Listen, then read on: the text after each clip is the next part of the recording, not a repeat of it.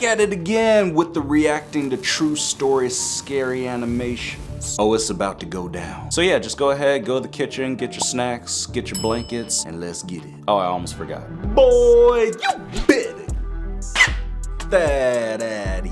And everybody, please just do it now. Click the subscribe button. Go, go, go. And gotta give a shout out to MJV Animations. They're the ones that made these amazing animations that we're about to watch. So make sure to subscribe to them. Link in the description below, MJV Animations. And yeah, comment down below something scary. You can put ghosts, you can put demons, or you can put your mama. Let me know. And let's go. I remember the day our town took down the last single-screen movie theater. I was standing there and watching that cursed place going down like an old, tired, broken man. Even if the place is gone, the horrifying memory it gave me remains fresh in my mind. I was 12 years old and went to see Child's Play with my brother and his girlfriend. Ugh. The movie was a rerun, and by the time we went to watch it, everyone in our town had already seen it. She looks evil. So, the crowd was gone, and a handful of true horror fans went to watch it again.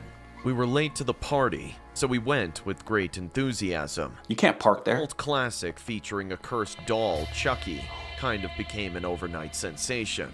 I was never a fan of horror movies, but because of my brother and his girlfriend, Amy, I had to go with them. I was standing at the ticket counter when Amy got us tickets. My brother Dan was buying popcorn, so he didn't notice what I did. There were very few people on the street that night, and it was a late night show. I noticed a figure standing in the dark under a big bushy tree on the opposite side of the movie theater. I couldn't tell who it was, but I surely felt his eyes on us. Even though I couldn't see the person standing in the dark, I saw a shiny object in his hand. Before I could guess what it was, I heard my brother yelling at me. "Yo, Kevin! Let's go, man!" "Did you see someone there?" Nope. "Who?" I pointed to the tree on the opposite side of the road, and my brother kept staring at it for a few seconds, and then said, "Is this your attempt to scare us before a horror movie?" "Grow up, Kevin." "No, I just thought I saw someone watching us." "Come on, kiddo. The movie's about to start." Dan and Amy walked ahead, and I followed them thinking it was probably my mind playing tricks on me. We took our seats in the middle row. Apart from us, 7 to 10 people were sitting on the single screen scattered throughout. The movie began, and our eyes got hooked on the screen. I was lost in the movie when I again felt someone was watching me. I turned my head to my left, and after 4 to 5 seats, I saw a man. The man was sitting in the same row and was looking at me. He wasn't like a normal stranger because his appearance was one of a kind. Heck no. He was dressed like Chucky. His look was so accurate that if Chucky was a human character instead of a doll, I have no doubt it would look exactly like him. He had scars and stitched wounds painted on his face, just like the doll. As our eyes met, his blue, glassy eyes got wider, and he smiled ear to ear. His yellow, uneven teeth gave me goosebumps. My brother was sitting in the middle and was watching the movie, not knowing the existence of this man. I wanted to tell him, but I was numb with an unknown fear. The guy was so creepy, and he didn't look sane-minded. After checking me out with the creepy grin and blinkless stare, he suddenly lifted his other hand, and I saw a sharp, shiny knife. Sweat appeared on my forehead as I recalled the person in the dark whom I saw outside the movie theater. The guy started making stabbing and slashing gestures with his knife while laughing at me silently. I quickly turned to my brother and said, "Look, there he is! That was the guy I was talking about!" But as I looked back to point the guy to my brother, there was no one in that row. Ooh. My brother looked at me with an irritated face and said, "What the hell is your problem? Just watch the movie, there's no one there." Jeez. "But I swear I saw a man dressed like Chucky sitting in that seat. Can you two please be quiet?"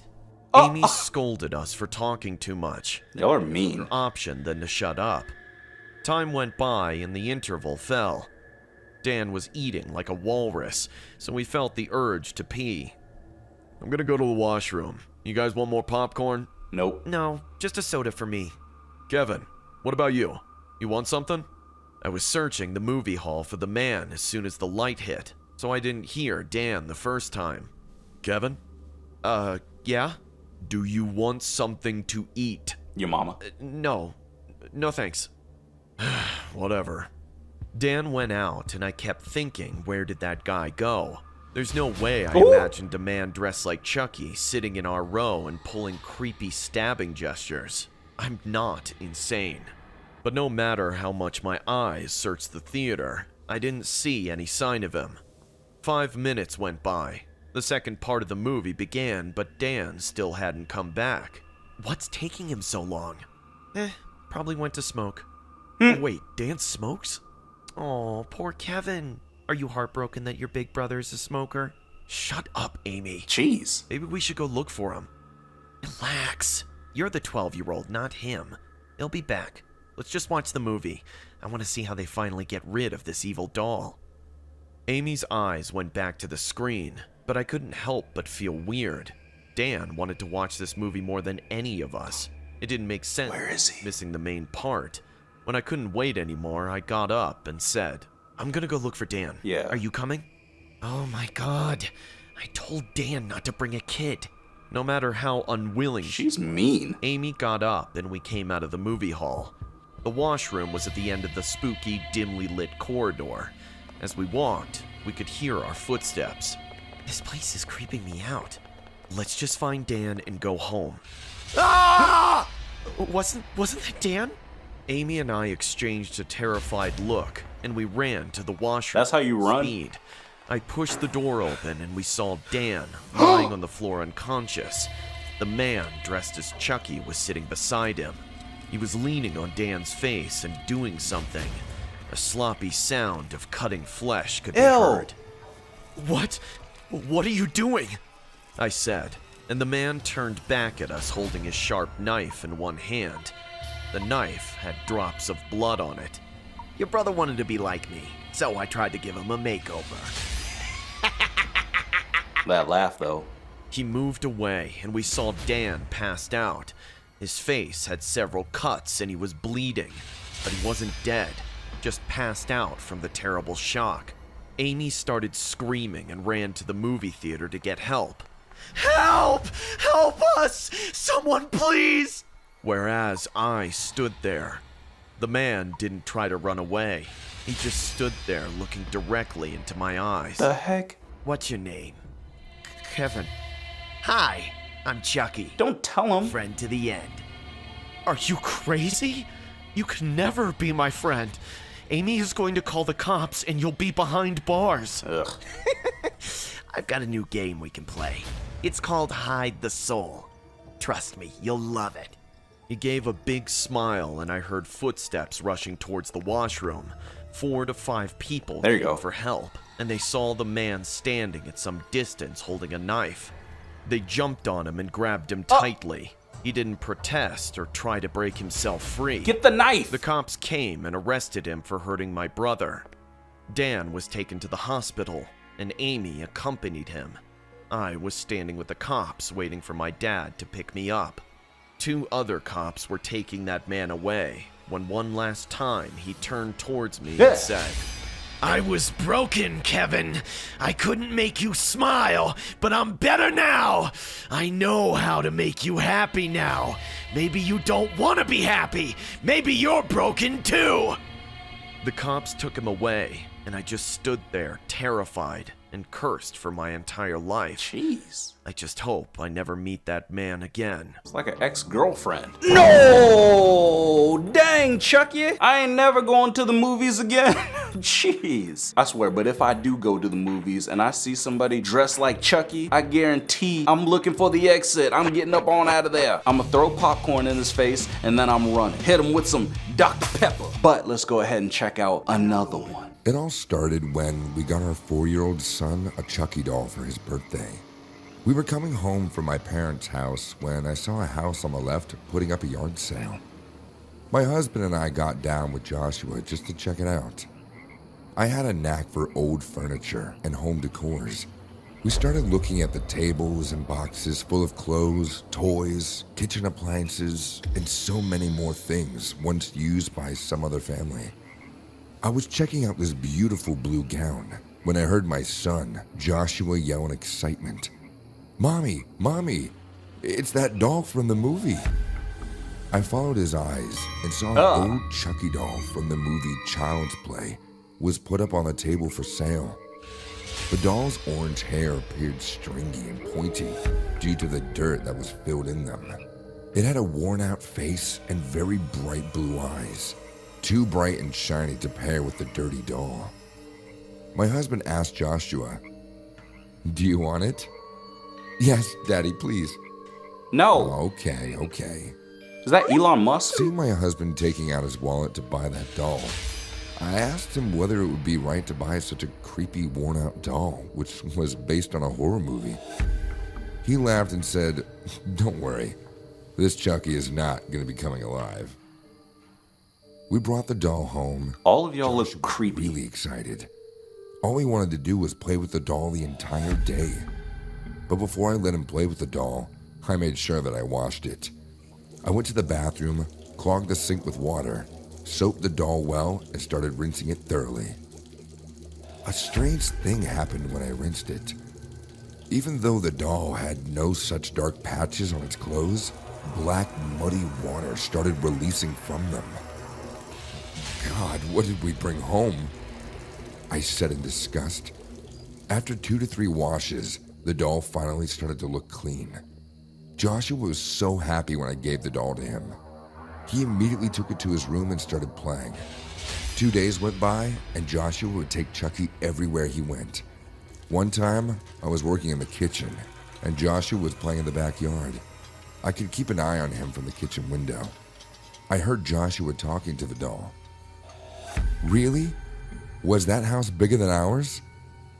What? I got a little startled by this question, so I asked, "Joshua, what house are you talking about?" Your mama's. "The house where Chucky used to live before Mommy." A frown appeared on my face, and I didn't say anything anymore. I brushed it off as child's imagination. That night, we sat for dinner when Joshua brought Chucky to the table and placed it beside him. "Can I have a plate for Chucky?" No. Okay. As I put a plate in front of him to make Joshua happy, I put some salad and a little piece of beefsteak. "Ooh, he won't eat the salads." "What? Why?" "Chucky only wants meat." What? My husband and I looked at each other with creeped out faces.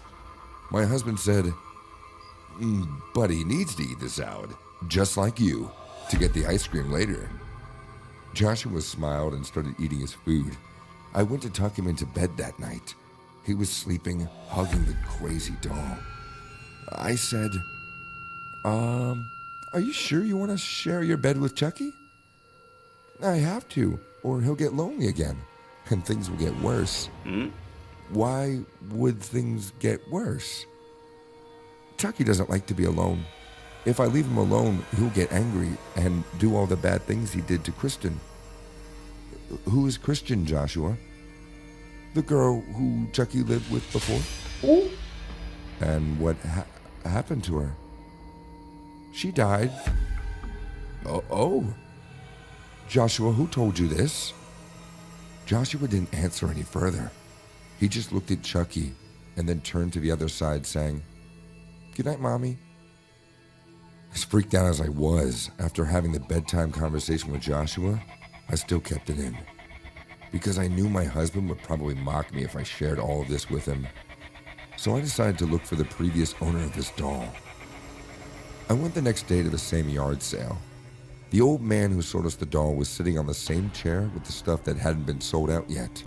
"Hey, that doll that we bought from you yesterday, do you know about its previous owner?" "Why?" "I'm just being curious."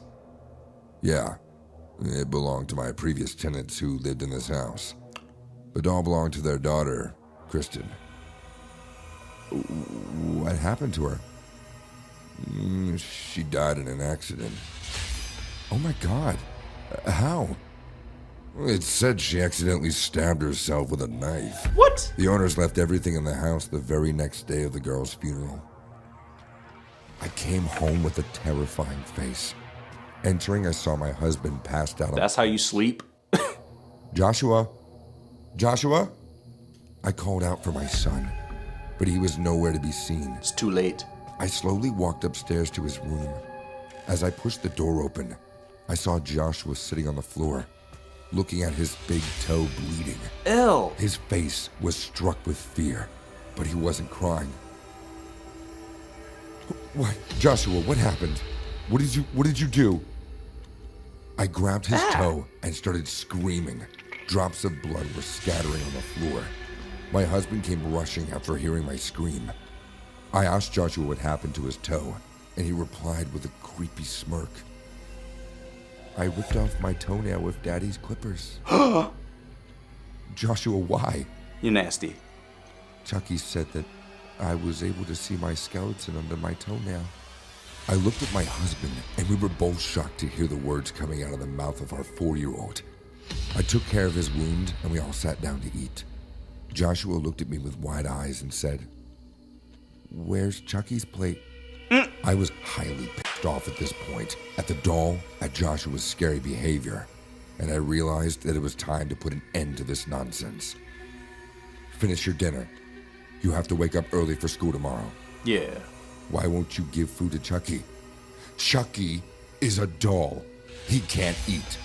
Stop this nonsense and finish your dinner. Jeez. Joshua's face turned red, and a scary grin appeared on his face. He said, "If you keep him hungry, he'll walk around the house the whole night." Okay, that's it. Enough with this. I got up furiously and took a knife from the kitchen table. Then, I grabbed the doll and sliced its stomach, disfiguring it forever. As soon as I did, Joshua came running at me, screaming. He bit me on my hand so deep that blood came out. My husband had to pull him away from me. My own son was screaming violently, kicking his hands and feet in the air, throwing in outrage. "I want Chucky! I want Chucky! Put him back now!" My husband took him upstairs and threw the doll in the dumpster outside. Joshua cried himself to sleep that night, but I was decisive about the doll staying away from my son forever. We went to bed around 2 in the morning after Joshua fell asleep. I was so tired that I immediately passed out.